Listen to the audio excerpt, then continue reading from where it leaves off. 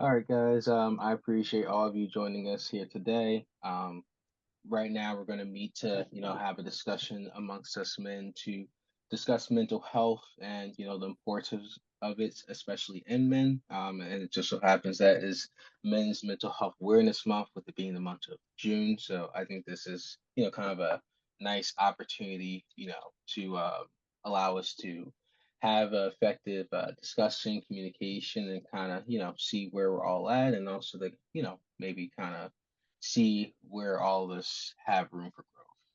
So our lovely clinician here, Kathy, is going to kind of start us all with some questions, and we could kind of work around and see where things kind of go from there. So, Kathy, what's the first question that you kind of have for us to get started? Just a general question is what does mental health mean to you?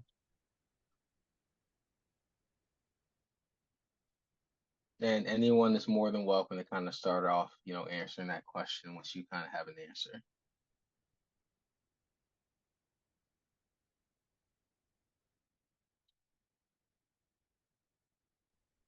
Yes, I'll chime in. Um, Mental health is, to me, is just like an overall well-being, like in your mind. So I feel like your mental health is it comprises your emotions, your thoughts, feelings, and your general outlook on life. So that would be like just my basic definition of mental health. That's what it means to me.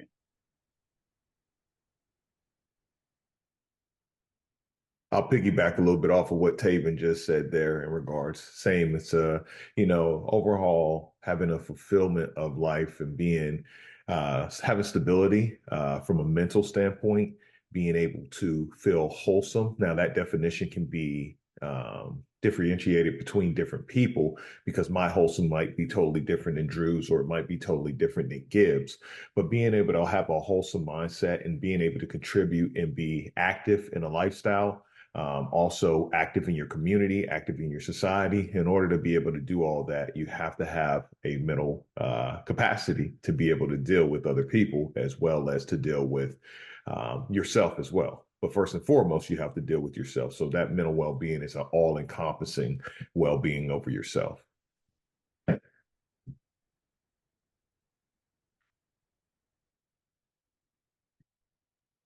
I like. also think, can you hear? Go Oh, ahead. you can hear me? No, go ahead, All right, Gibbs. sorry. I also think that like when I think of mental health, I think of it as almost like I'm very into physical health. And mental health for me is just as important as my physical health because I think the two work together with each other. Um, and mental health takes work just like it does with your physical body. You have to work at mental health, and I think I really believe that it's like the most overlooked thing that we all kind of go about our daily lives. We just don't think as much about mental health as we do our physical part, but it is key to our performance in life. And I feel that, personally, that mental health may take a little bit more discipline, when compared to other aspects of your life. Kind of like what you said, Gabe, with physical health, it is very obvious to tell when someone who is in shape and someone who's not in shape, and that's why I feel there is not necessarily always a drive to do it because you want to necessarily look a certain way, but when you get the results that you want, everyone else around you notices as well.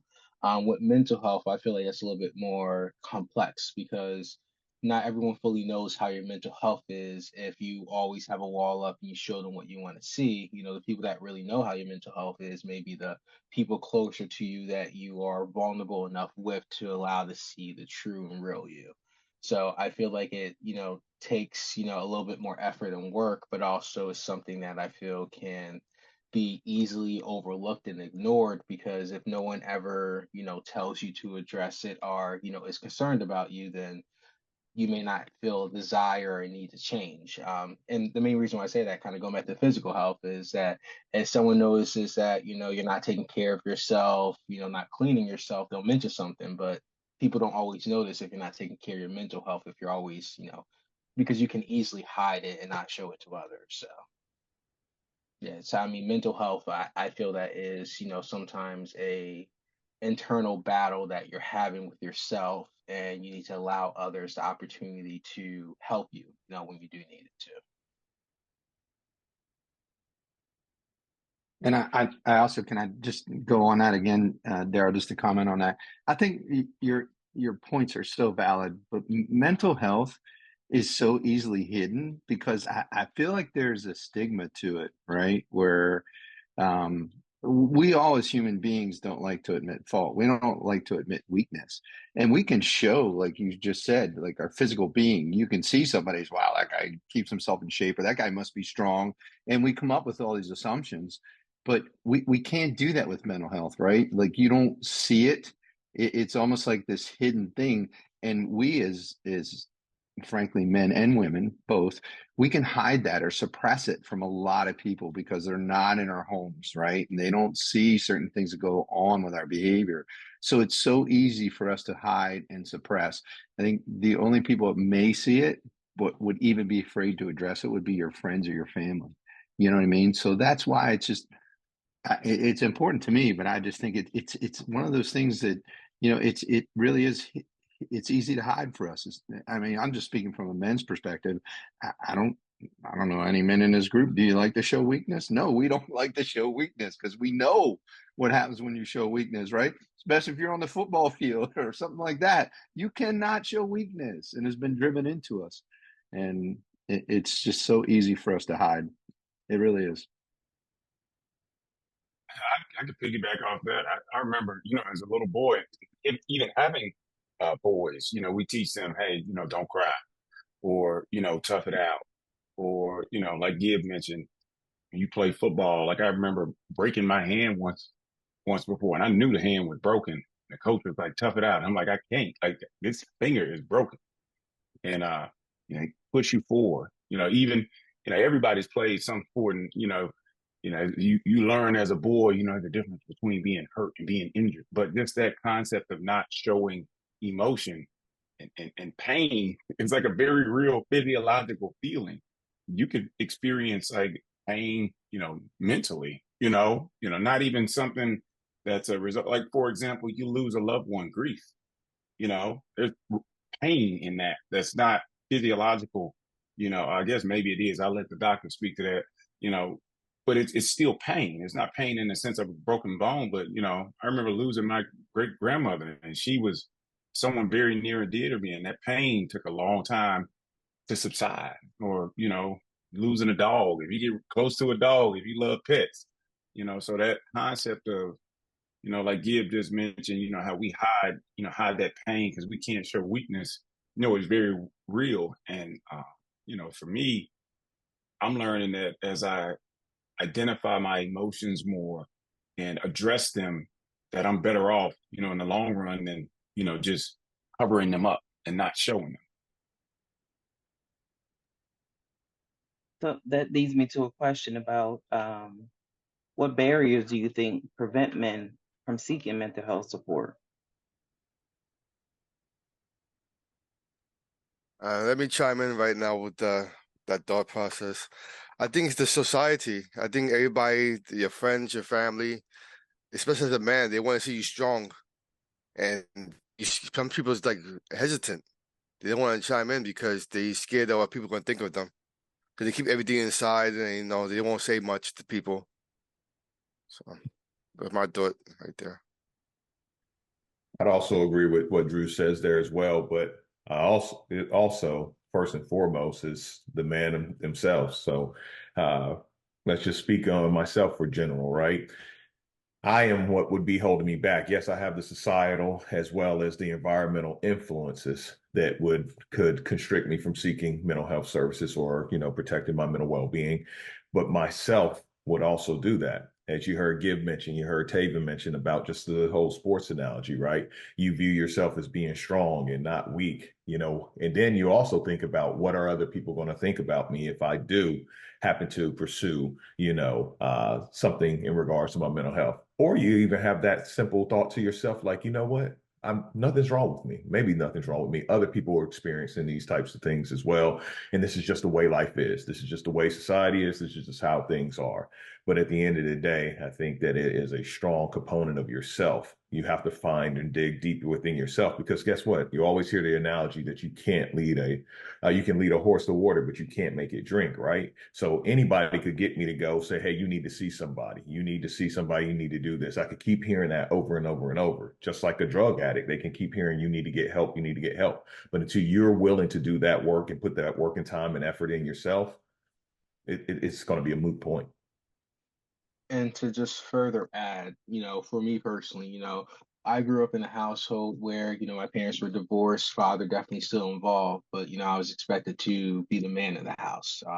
And other people with divorced, parents, I feel probably had that similar instance where, if you were the only son, that was kind of your job. And, for me personally, showing weakness meant that I couldn't be strong enough to then, protect, provide for my family, and be that man that I was supposed to be. And to kind of even jump on to, mental health, I feel that for being a man and allowing your mental health to be something of discussion for a long time, I feel was seen as something as a sign of weakness. And as soon as you open up your heart, show that weakness, that is when I feel that there was always that concern that you're no longer a man and that, you're allowing others to see your emotions. Going back to football, if you show any sign of weakness, that means that, you're not tough enough, that you're not okay. People are going to make fun of you, put you down, and everything else, in between. But what we realize is that, in the long run, we're just hurting ourselves. If we don't allow ourselves to kind of talk, discuss our emotions, we're not getting the help we need. And, that's why we have those instances where we have men who are, taking their life and not allowing that opportunity to get help when they really need the help. Because that real strength comes from being vulnerable and showing, that side of you that you're afraid of others seeing. So, Daryl, thank you. I love that you added that piece. And my question for y'all is, how do we change the misperception? Like you're talking about strength and you're talking about weakness and how mental health has long been connected, especially within our culture, that it is weakness if you demonstrate a need or any type of assistance for your mental health. How do we change that? Because we also spoke about, I think, Taven, you mentioned your sons and even teaching them about the difference between injury and being hurt. How do we change this thought process that if you need help with your mental health, that you are not weak, but actually it's a sign of strength to even seek the help that you feel you need? I think that it is not. I think you have to change the culture, and I don't mean culture in an aspect of just race or ethnicity. I mean culture in men. You have to change that belief process that you know it was mentioned earlier as far as when you grow up as a little boy, you make a mistake or you do something wrong and you may start crying. You're shook and you're told don't don't suck that up. I'll give you a reason to cry about, right? You can't express emotion. You can't express your feelings. You can't express your beliefs. Not in that regard, right? You can't do that. And it also, so you have to change that culture. And how do you change that culture? You have these similar to what we're doing now. You open up the conversation. People in general, like we have everybody on here, I believe, is a true leader. I truly, truly do. But people in general, they have a herd mentality. If you have individuals who are, seeing somebody, let's just say they look up to a an actor or a musician, somebody that's famous or a celebrity. If you got one of them to come on and talk about, mental health and how I'm seeking services and I'm doing that, you may not reach they may not reach 50 million people, but I guarantee that millions and millions of people will say, man, dog, he's doing it or she's doing it. I need to go ahead and, maybe I need to take a look at this. But you have to change that dynamic. You have to change that culture. And by changing that culture is opening up these conversations, making it less taboo, making it comfortable that you're able to speak in these type of spaces and feel safe and feel protected when you do. To piggyback off of what you said, I think it starts in our general household, the men that are raising our children coming up forward, and they're seeking the help, and they can show that to their sons, and then they can also seek that help if needed as well. I like that. And to piggyback off that, it's the same. Whereas, with my kids in a home, giving them the space to be open, right? To have those incidents where they might cry, and make sure you give them room to talk, to communicate, and teach them to communicate through it. Um, but also allowing them to know there is a time that you have to be tough, and things may happen where you got to persevere through it. So I believe just finding a healthy balance with our kids so it doesn't repeat, in their generation, like was with us. Like I heard some other men talk about playing sports. I remember being dizzy and the coach say, "Go get some water." Coach, I can't breathe. Go get some water. That was water was the answer to everything. Like, go get some water, right? So I like that, and that does have its advantages, but I believe the disadvantage comes when that's the only thing you have, where you don't have no other tools in your toolbox to go through in life, and everything is not a one-all fits it. And to just piggyback off you, Devontae, Kawan, the really big thing, just leading by example.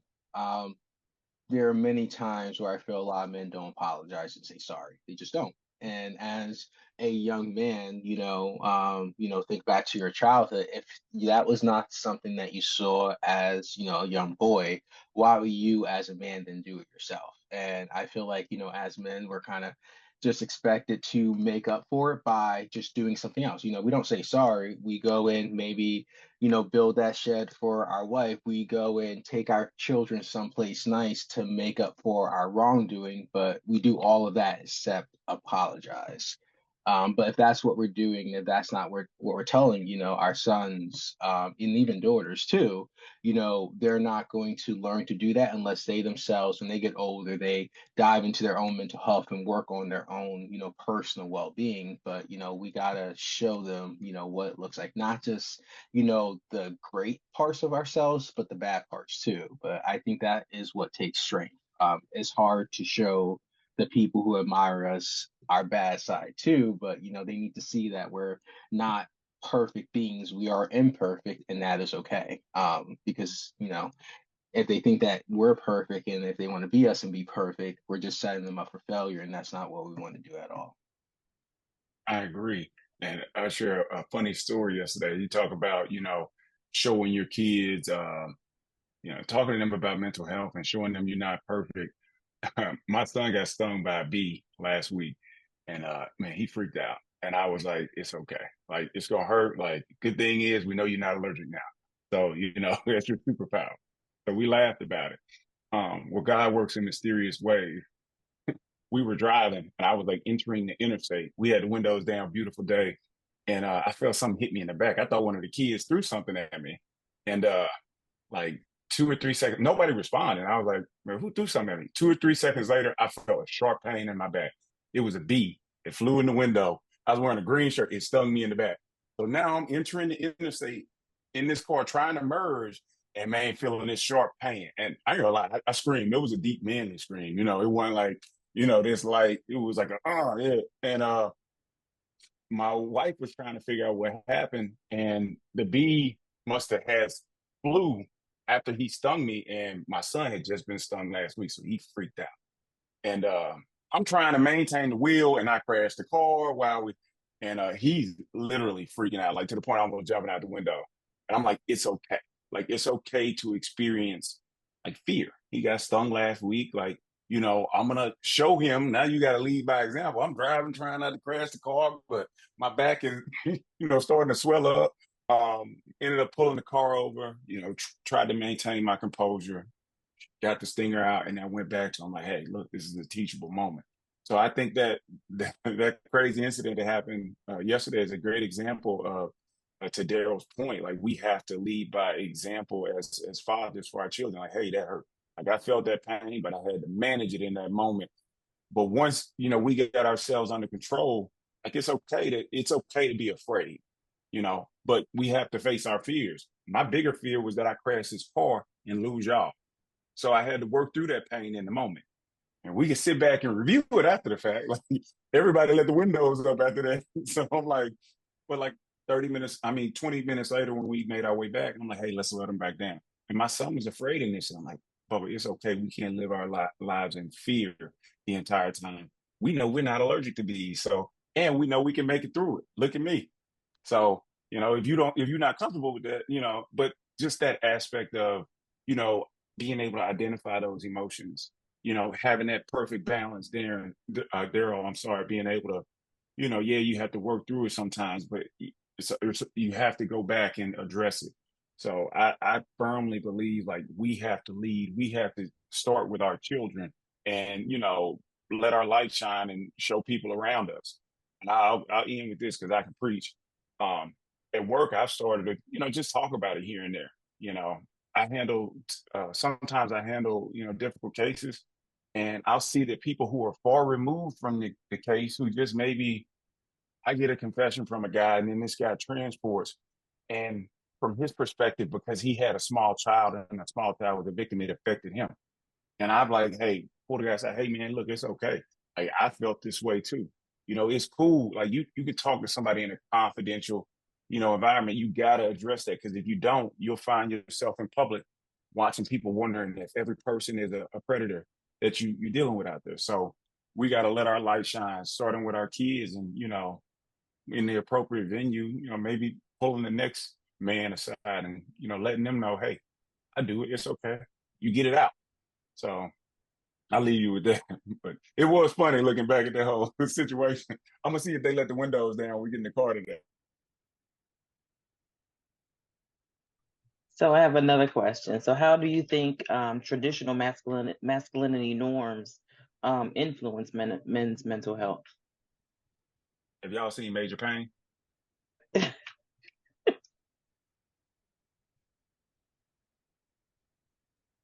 I believe it prevents us from being vulnerable, um, more stoic, more tough exterior. And then I believe that ends up impacting our relationships, right? Our relationships with our kids if we're not careful, our intimate relationships and relationships with other people. Um, I remember back when I was young, me and my friends, we went to this mountain. I remember being scared to say something because it looked amazing. And I was literally, I wanted to say it was beautiful, but I looked, I was like, man, he gonna judge me, right? And so eventually I said, I was like, man, that's beautiful. And I looked at him thinking he was gonna like, be like, what's wrong with you? But he was like, yeah, it is. I was like, ooh, safe, right? And that's bad, but that's just the era that we grew up in and the exterior that we had to put on in order to make it through, right? In order to overcome it and get by. And it shouldn't be that way, right? But I believe it keeps us from being vulnerable and open if we're not careful.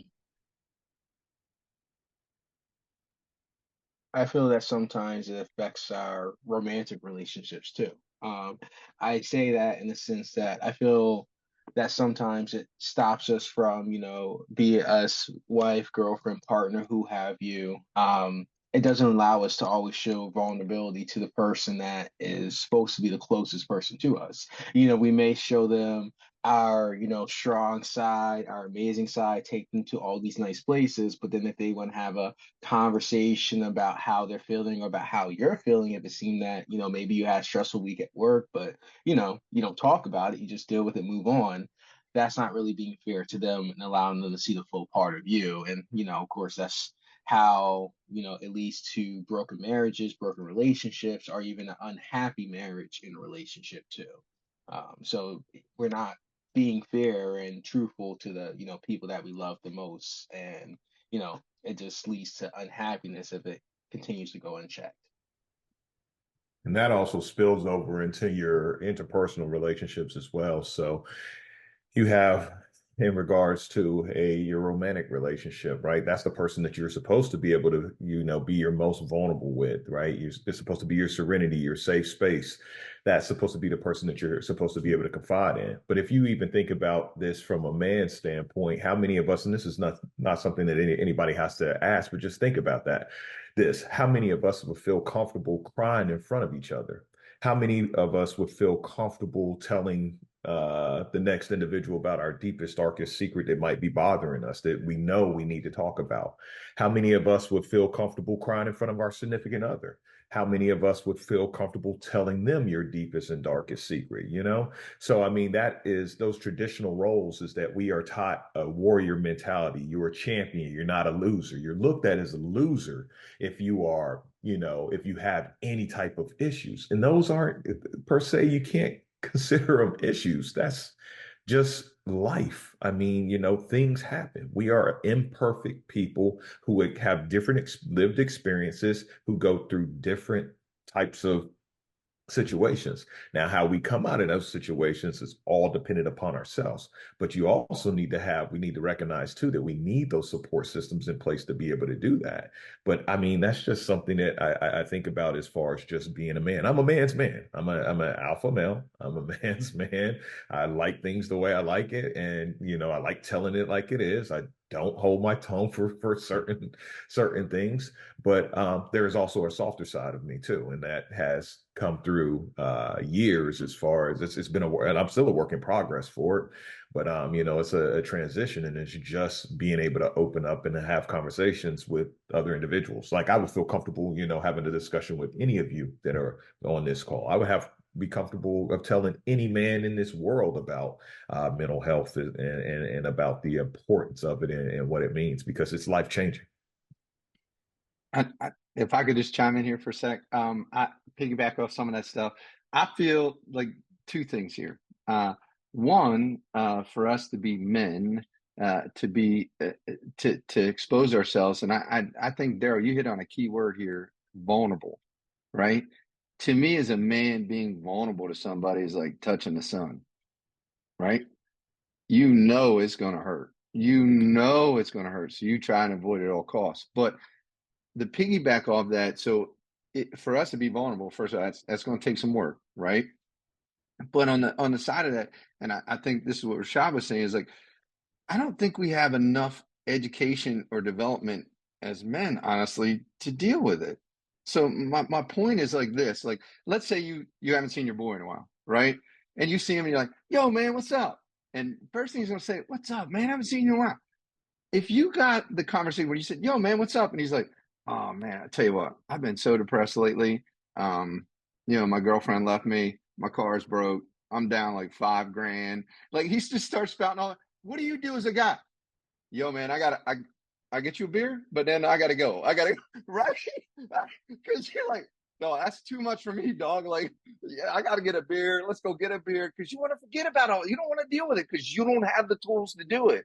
And when we don't know something and we don't have tools to do it, we try to avoid it. So I think there's two pieces of this. I think the vulnerability aspect of like that touching the sun, and the other side of that, when somebody does touch the sun in front of you, what do you do with it? How do you handle it? And I love that you brought that up, Gib, because it kind of reminded me.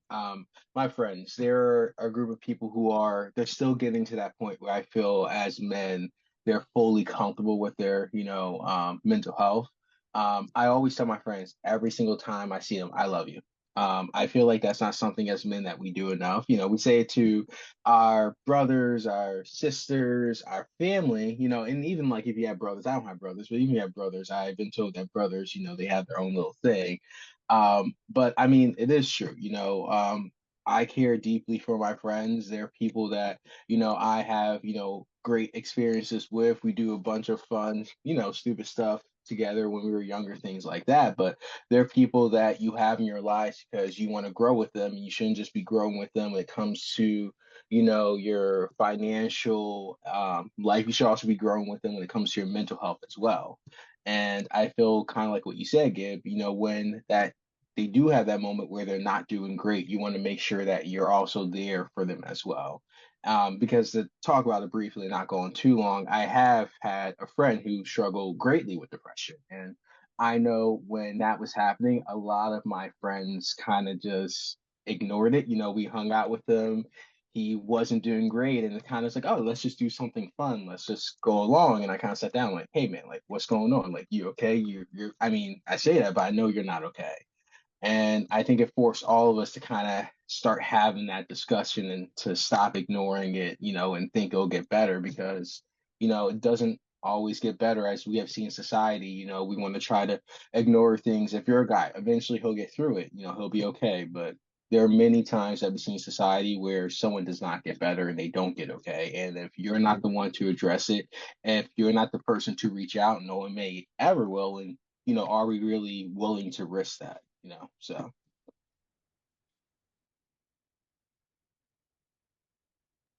Gib, I love your response. And Daryl, thank you very much for sharing the example because I think there's probably a lot of friend groups out there that can relate to what you shared. Is it possible to experience vulnerability without also simultaneously experiencing courage? Ooh. I say no, and I'll just leave it there for that. But I say no. So I I don't just want to touch. that makes I'm sorry. Go ahead, Drew. Who was that? no, you're fine. Go ahead. Just so I understand this question, you're saying that you can't experience both together I'm saying you can't experience them without each other. without each other. Okay. I don't think you can. And I was just thinking that it would take vulnerability and courage. Let me back up. It take courage if you want to. When we was talking about earlier about changing it, and Boo was saying about how we change it. Well, if you're around a whole bunch of men that's not there yet, it would take you to be the one that's being vulnerable, open, and transparent.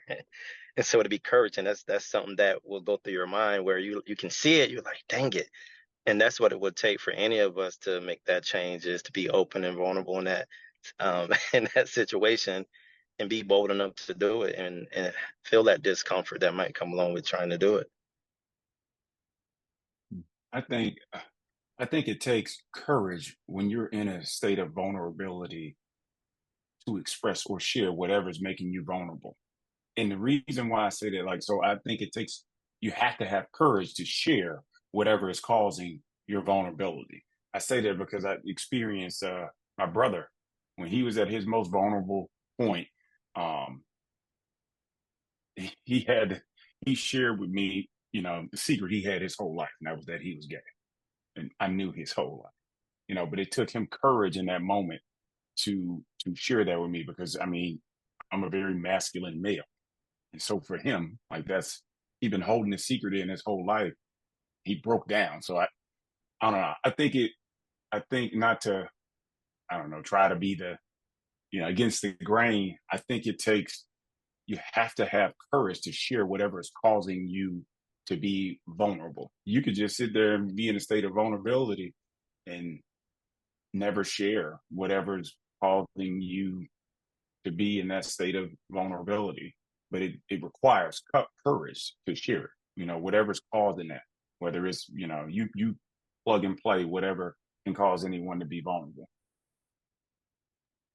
So I originally said no, with thinking about it more. I think no for the most part. I do think there's some opportunities where it's yes. And the opportunities I feel is yes is that when you have so much buildup and you get to such a breaking point where you can't hold anything in anymore. And the reason why you're breaking down is not because of courage, it's because you do not have the capacity to hold in everything else that was building up to that point. And I say that when it comes to, you know, maybe it is a outburst you're having. An outburst I feel is a little bit different than vulnerability. It's a different side of you, and that's a little easier to share, or someone that just breaks down profusely crying because you were holding in for so long. And it's to the point where, it's not the courage that is getting it out. It's just that finally your body is telling you, like, no, I can't do this. And then it comes out. And we all know that's not the best way to let something out.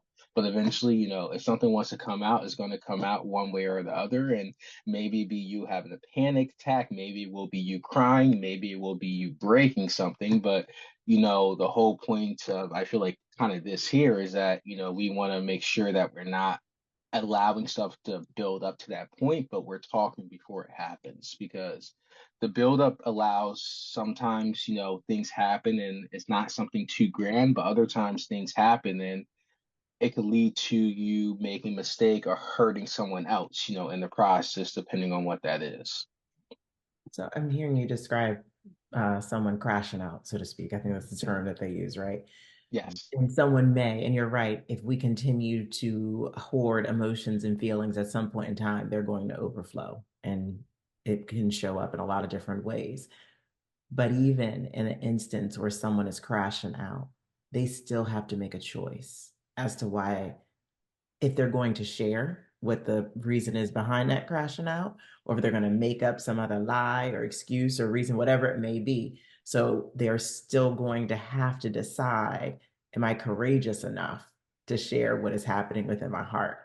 I have yet to come across a single example where vulnerability was demonstrated and courage was not a part of it. They're best friends. They hang out together all the time. And I feel like we need the world to recognize and accept that, because with masculinity, they're very big on you have to be courageous, you have to be strong. The vulnerability fits right in there. So how can you tell me that vulnerability is weakness, but courage is strength if they are always together? Yeah, I agree. I don't think they can exist without one another. You have to have both.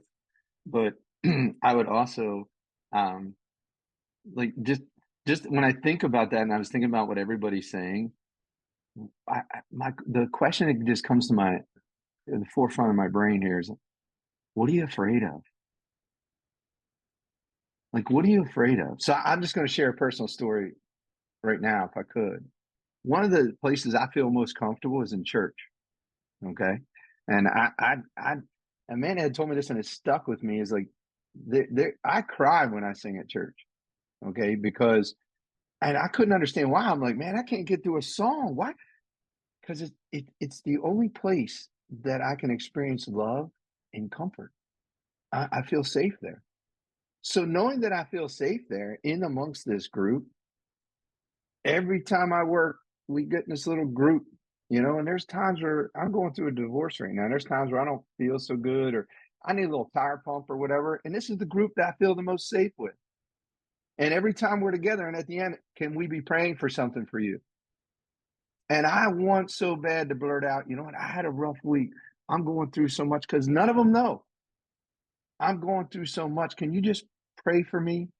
Because I'm going through, but I can't get the courage to say that in front of a group that I feel the safest with. So I asked the question, what are you afraid of? Because I can't even answer it myself.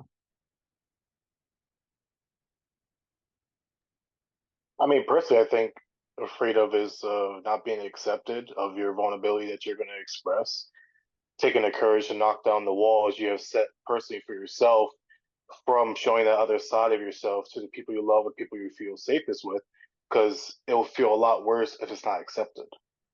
That's my personal take on it. Let me come in. I was thinking about people scared to share their feelings because they don't want to be isolated. You tell somebody how you feel, that person may stop hanging out with you. You know what I mean? And nobody want to be isolated. Nobody want to be scared like that. So some people keep their feelings inside because of that.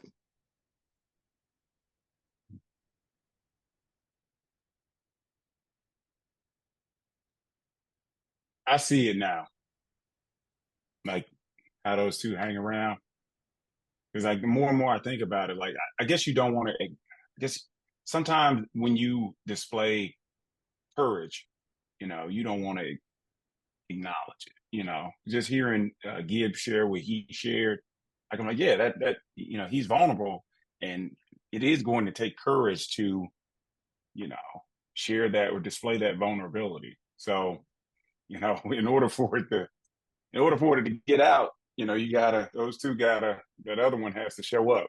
So you know. So then it kind of makes me wonder, what do you guys think? Is anger courage? Or is that kind of, what we've been told and shown? Because when it comes to a man, if a man gets angry, there's never any issues about it. He may be justified, or maybe he's just someone that has his anger issues, but, it's completely normal for a man to yell and scream. That's how we, kind of show people when we're serious. When our kids, do something that we don't want them to do, we yell and scream to make sure they listen. And if it's a big group of people, a man screaming, people kind of turn and see. So does it take courage to show anger? um is kind of, I'm curious to see what the rest of you kind of think about that. Anger is a manufactured emotion, Daryl. It's secondary. I second that emotion. Ow, ouch. But it's a secondary emotion. Yeah, definitely. I have It's definitely a manufactured emotion. I mean, it's something that you can turn on and off just like the click of or the drop of a pen or the snap of a finger. You can turn it on and off, right? So many situations. I could give countless examples of how that is the case. And whenever a person is showing you, as you mentioned, is it courage to show anger with a man yelling or screaming? What is their task at that point in time? To get people's attention, to let them know that I am serious. That's why they're turning on that emotion at that point in time, because immediately after that, they can turn it exactly right back off. And I don't think there's courage in anger whatsoever. I think it's the opposite. Anger is a tool that individuals use to control other people because they don't have the courage to address the issue that's at hand. So it's almost a mask that someone will put on so that they do not have to be vulnerable and demonstrate and share their emotions. Gib, you asked, what is the fear? And Drew, I loved your answer because I think it's very connected. I feel like it's a fear of judgment that individuals have, and people don't want to be judged because the fear that follows that judgment is, what if the outcome is rejection, which then leads to isolation. So we're talking about like these three demons that no human wakes up and says, oh, I want to be judged today, then I want to be rejected, and then I want everyone to isolate me. Like, no one wants that. So those are very difficult emotions that people will do almost anything to avoid, including fabricating anger to control a situation and or to clear the room. Because if I feel or fear that I'm going to be isolated, at least I want to be in control of that happening. So I determine if I were to spend that time myself, you're not going to reject me and put me in a box by myself. So I'll use my anger to clear that room and control those around me. So no, I don't think anger and courage have anything to do with each other whatsoever. And then as far as that isolation piece, or people having a fear of sharing and being vulnerable because they may be judged and then isolated, I feel like that's why these conversations are so important, because we need to prepare more individuals to be more emotionally intelligent, to respond to you, Drew, if you do have the courage to be vulnerable and share what you're feeling, so that it's not just what Gibbs said is, oh yeah, let me get you a beer. But instead it's what Daryl said and say, you know what, let's sit down, let's talk about this. It sounds like you need to get some things off of your chest. And that takes courage as well, because now you're opening yourself up and you don't know what you're opening yourself up to because you don't know what's about to be shared. And are you equipped to handle it? So that's why I'm very thankful that we're having these conversations, y'all. I just had to I look just up the word courage to see what the difference between courage and bravery was. Because I'm like, is this person being brave or they being courageous? What does courage mean? And the definition I found is that courage is centered around facing difficulty or danger without or despite fear.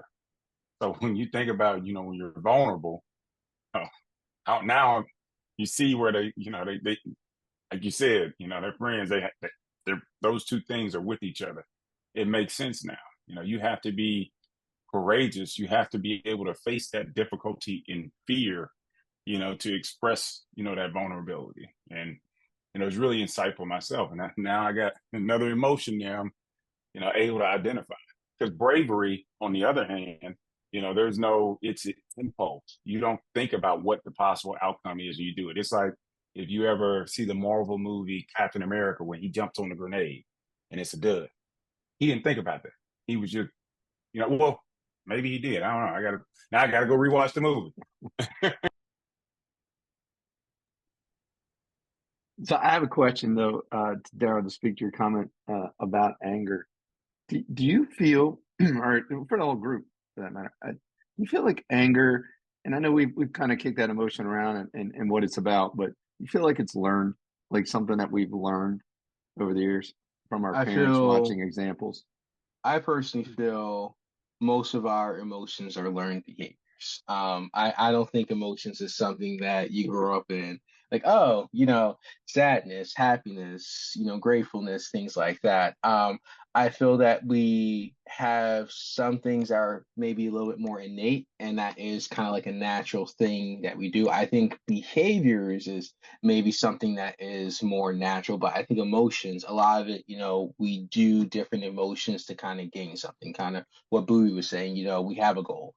Sometimes when a kid is crying, it's not necessarily that they're sad, it's that they're trying to get something. They're trying to get your attention because they know when they cry, you're going to react and want to be with them and spend time with them. Or if a kid throws a tantrum, they know that you're going to spend more time with them during that tantrum, and that's why they're doing it in the first place. So I feel there are very few instances where it is kind of that, you were saying, Tavin, with Captain America jumping on, the grenade kind of situation where it's just completely a reaction. I feel a lot of times we use the excuse like, oh, I just reacted, when in reality, we did think, we just thought in that split second and we went to the thing that was most natural to us.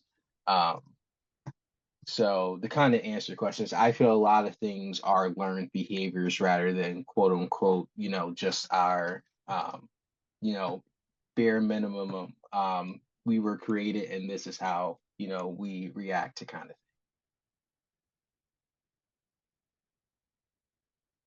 And the main reason why I say this is because you look at completely different cultures and you share similar situations, and the emotions they feel and the ways and they react is completely different depending on where you go.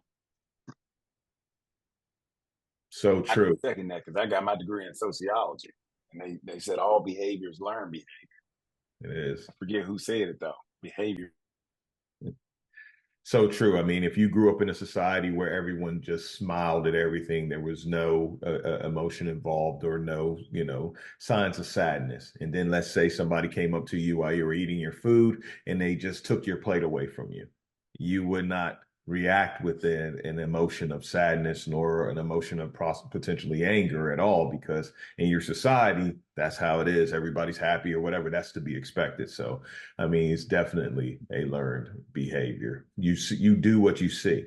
You think about it. I mean, I can ask any of you men on this panel here now, for anybody that you've admired, whether it be your father or a good friend, check yourself as far as if you came up with them for many, many years. You'll find yourself, just for instance, the way my dad sits, I sit like that. The way my dad stands, I stand like that. The way my dad talks, walks, I emulate that. I mean, it's definitely learned. We're classical. It's classical conditioning at its finest, right? We see what we want to be, or we learn how we're going to be. So yeah.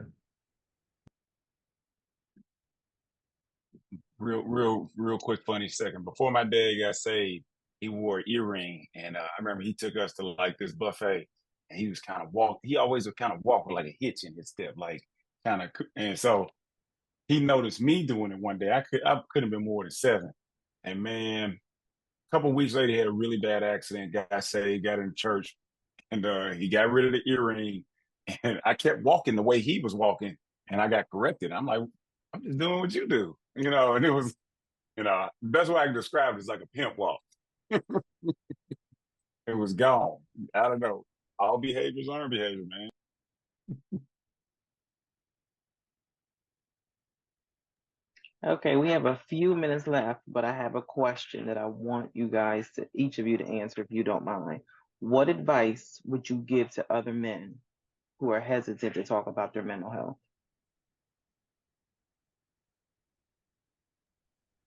I I'll would go ahead say, and get mine out of the way. no, go ahead, It'll be Tab. the best decision you made in your life.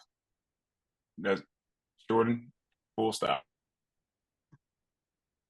I would say, if it's something that is hard for you to discuss, go to a man in your life that you feel the most safe with. If it's not your father, go to one of your buddies, your friends that you really do trust.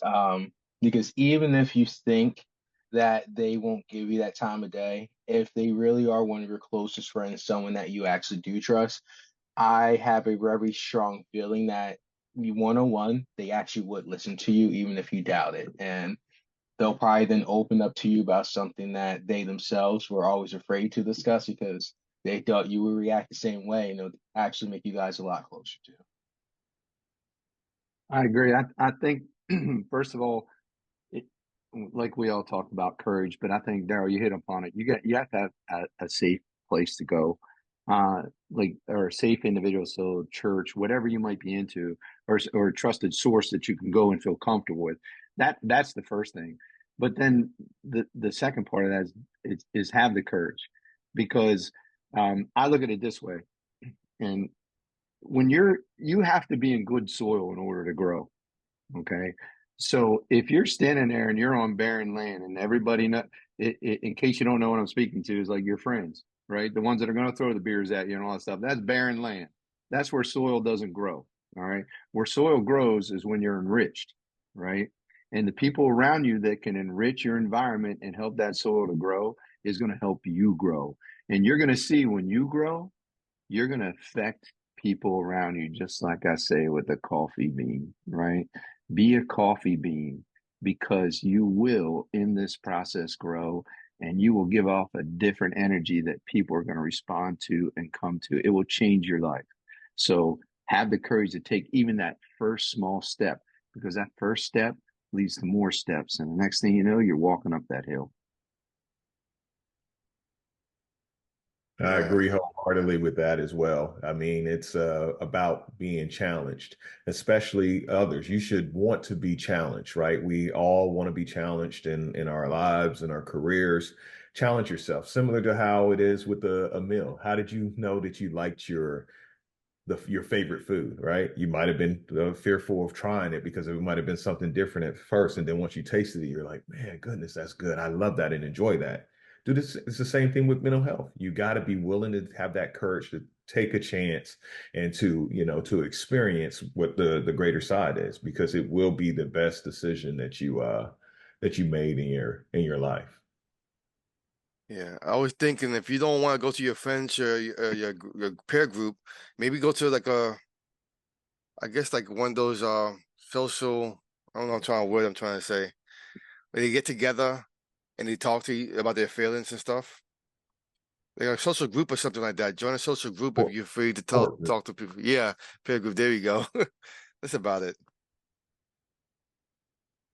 Yeah, to piggyback off of Rashard is just giving it a try. There's multiple things you tried in your life that you may not know and you liked until you took the faithful leap and tried it. because here's the thing that I would tell anyone We're is not designed to do it by ourselves. That we were designed to do it with other people. By nature, that's how we're designed. And then the strength in being willing to go outside your comfort zone and to try to resolve it. But none of us is meant to. There's no one that was so great in this world that did it by themselves. And for us to reach our true, my opinion, greatness, um, is going to take us to uh, work with others, right? And communicate with others so we can strengthen and sharpen one another. So it's actually a strength to be able to talk about the uncomfortable and what we're going on versus the otherwise that society tell you that it's a weakness.